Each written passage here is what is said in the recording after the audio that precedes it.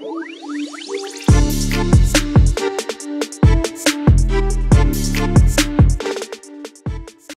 everybody and welcome back to Sweet and Sour Soccer, and welcome back to yet another week of Championship predictions. And guys, I've been looking at the predictions this week and I think we've actually got a good week of Championship fixtures, to be honest. There seems to be some really interesting games, and it kind of helps as well a little bit, like, you know, stuff's actually happening as well. We've seen a couple of managers sacked, didn't we, after the result of the last week's games week. So things are really starting to pick up now and also take shape as well.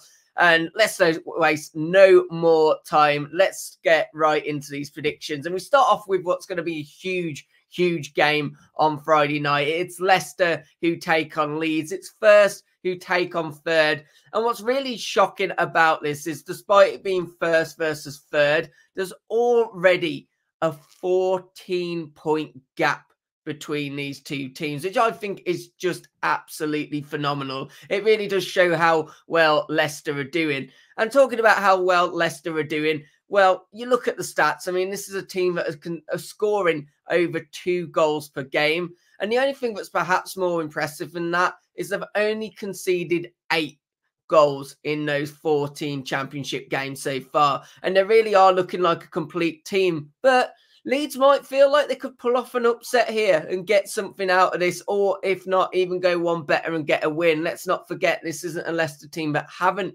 been beaten this season. They might have won every other game, but they did lose the one. And of course, Leeds are kind of flying themselves now up to third in the table. They've obviously got over what was a really bad start to the season. They've got players such as Dan James who are really starting to perform well in this league as well. I think this is going to be an interesting game, this. And I don't know why. I don't know why, but a small part of me thinks there's going to be an upset. So I'm going to go for it. I'm going to say Leeds 2, Leicester City 1 in this one. I'm going to give it to the away team. I know that's not going to be a popular prediction, but there it is. Let's move on, speaking about Millwall now, who take on Saints. And, well, let's talk about Saints first, because now they currently sit 4th in the table. And I've just spoke about the other 2 teams that got relegated in Leicester and Leeds.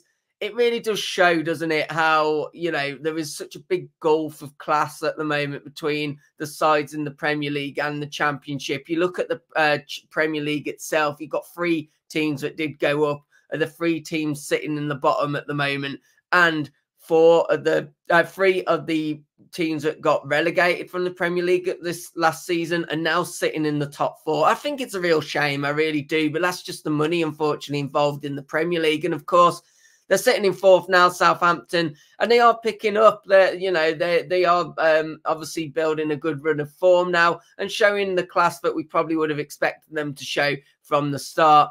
When it goes for Millwall, I think to get something out of this, what are they going to have to rely on? Well, maybe an odd Southampton performance, because we have seen them put in some odd performances this season, and maybe using that home atmosphere. But I've got to be honest, I don't think that's going to be enough. So I have gone Southampton 2, Millwall 0 in this game. I'll try and start saying the home team first. That's twice now I've announced the away team score first. Let's move on, speaking about Bristol City versus Sheffield Wednesday. And one of the managers that did get rid of their manager, of course, Nigel Pearson, was sacked following their defeat to Cardiff. And they're currently sitting 15th in the table. I think it is I think it's interesting, isn't it, with Bristol City, because obviously they did lose their creative player in Alex Scott, who went off to the Premier League and signed for Bournemouth.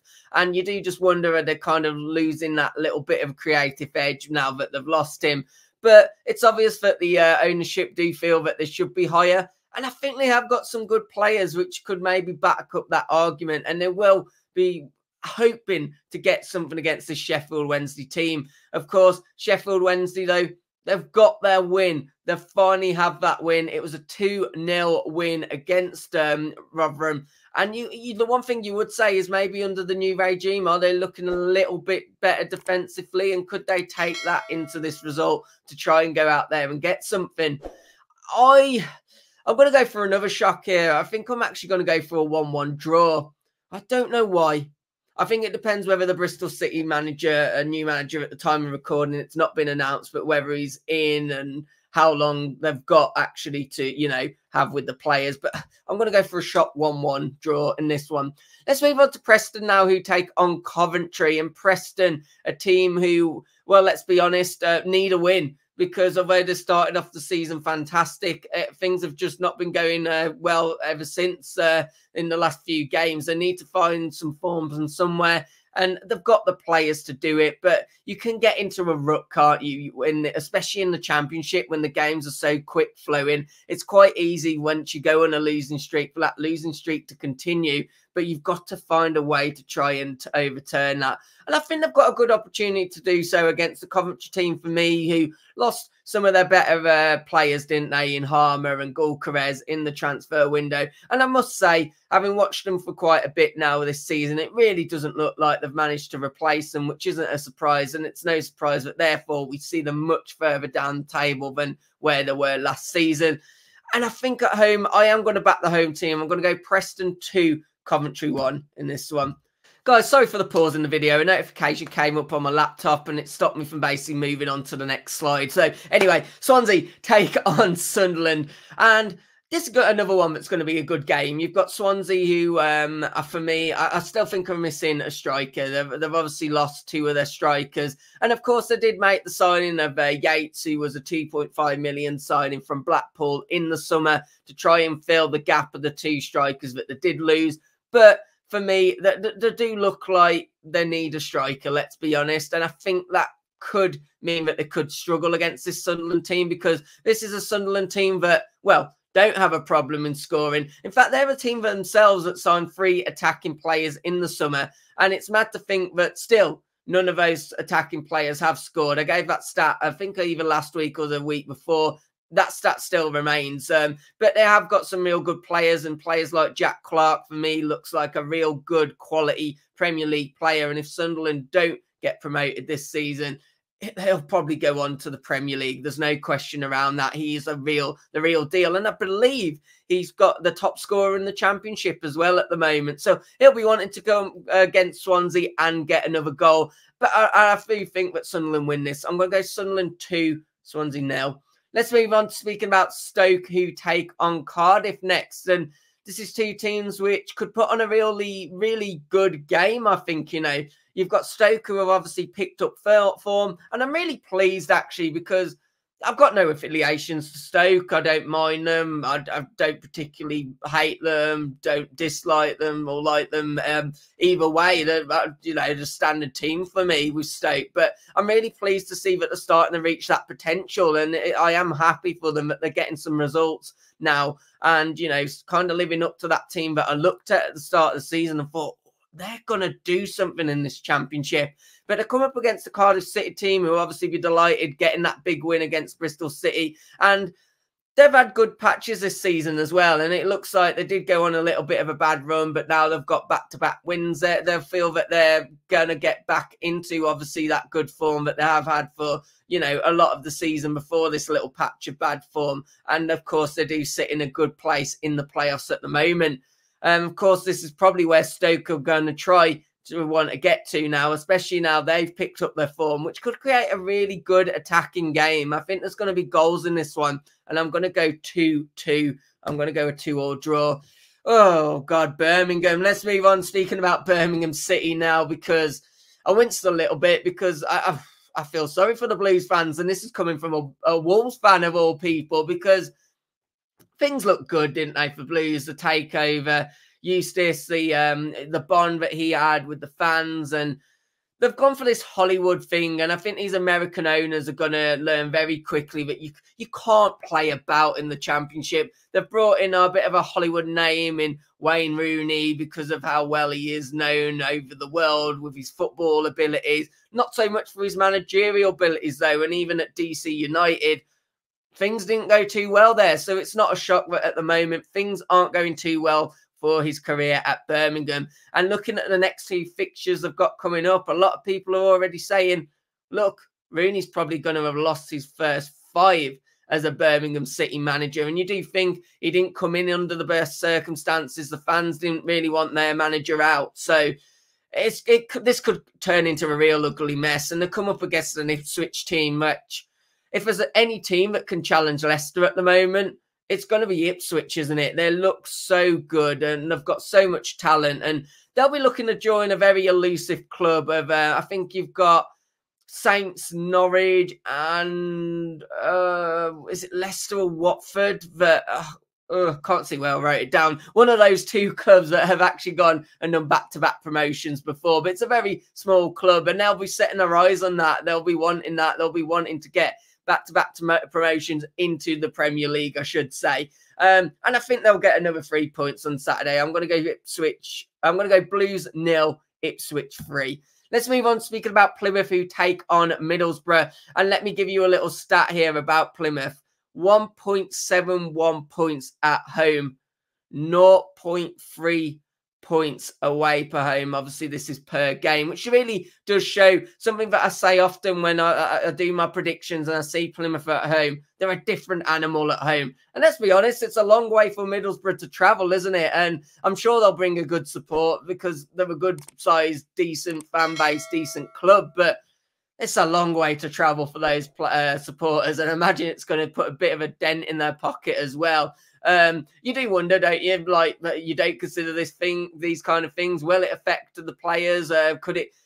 Is this what's kind of helping Plymouth as well? Just the pure amount of travel that people are having to do to get to them, and on the vice versa. Maybe that's why they're not so good away from home as well. But look, this Middlesbrough team, you know, they've obviously turned around their form. They obviously didn't get the 3 points at the weekend, but things are looking a lot more rosy for them. But I always like Plymouth at home, and the stats do prove why I like Plymouth at home. So I'm going to go for maybe a little bit shocked with you guys, but I'm going to go for a 2-1 result, I think, to Plymouth. I'm going to back the home team. Let's move on now to speaking out the Terriers, who come against Watford.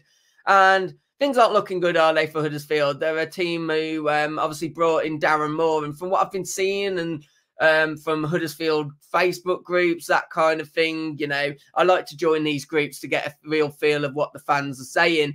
They don't seem happy with Darren Moore, to be honest. And having a look at it on Twitter as well, they don't look like they're enjoying the kind of style of play that he's brought. And, of course, the results haven't gone hand in hand with that either. Watford, on the other hand, they're picking up a little bit. They've found a little bit of form. And I think they'll be confident going into this one, in all honesty. Because things aren't going well for Huddersfield, are they, at the moment? So I think despite being away from home, I am going to go for Watford. I'm going to go Huddersfield 0, Watford 2 in this one. Let's move on to speak about Rotherham versus QPR. And QPR and a manager of another team that have got rid of their manager, Gareth Ainsworth, when it has departed. And to be honest, just spoke about Huddersfield, a man that's managed Huddersfield, and he's managed a lot of championships, let's be honest. At the time of recording this, is linked to the QPR job. So it'll be interesting to see if Neil Warnock is the man to come in, and whether by the time you guys watching this, maybe he is the new QPR manager. I mean, that would be amazing at the age he is, kind of joining Roy, isn't he, and being one of the older managers. But fair play to them, and you can see why they maybe would want to bring him in with his track record. You know, he does keep clubs up at this level, and QPR really do need someone that's going to just get the players believing in themselves and just showing that they can do something and just do enough to get over the line. But of course, with both of these clubs, already a big gap is building up. Rotherham 5 points off safety, QPR 6 points off safety. We've not played that many games, have we? So this is a must win, is what I'm trying to say, for both of these clubs. So when it comes down to this one, I have a funny feeling Rotherham are going to win this, especially being at home. So I'm going to go Rotherham 2, QPR. Let's go 0. QPR 0, 2-0 in this one. Let's move on to speak about West Brom. Just having a quick look now. We've got 2 more games left. West Brom, who take on Hull City next. And yeah, this could be a close game, I think. 2 clubs that you know, hanging around those playoff spaces, aren't they? Hull obviously not in there yet, but Hull are building up some momentum in the last couple of games. Are starting to look like the team that I thought they would with all their additional signings. You kind of wonder, is the team in general starting to gel better now? And are the signings just working? And are we going to see this whole team maybe reach the potential that we thought when we saw them have a really good transfer window?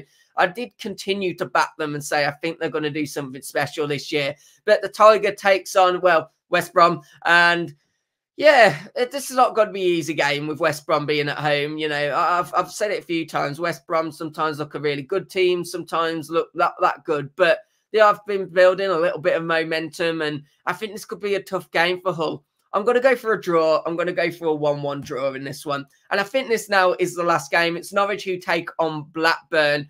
And oh, this is going to be an interesting one because I was having a look and Blackburn have got a few defensive issues, haven't they? One of their players have been, Hayden Carter is out due to yellow cards, and is it Haim has also picked up. I think he's injured at the moment. So it is causing them some defensive worries, which does cause me a little bit of worry because, as I keep saying, Norwich like to concede a lot, but they have got goal scorers and they've always got goals in them. So you do wonder with that, you know, that defence that's not the usual defence. Is that going to cause Blackburn maybe a little bit of problem? And are Norwich going to get some goals? But on the flip side, as I said, Norwich like to concede, and Blackburn do have a really good goal scorer in Smodics, who's already got 7 goals this season.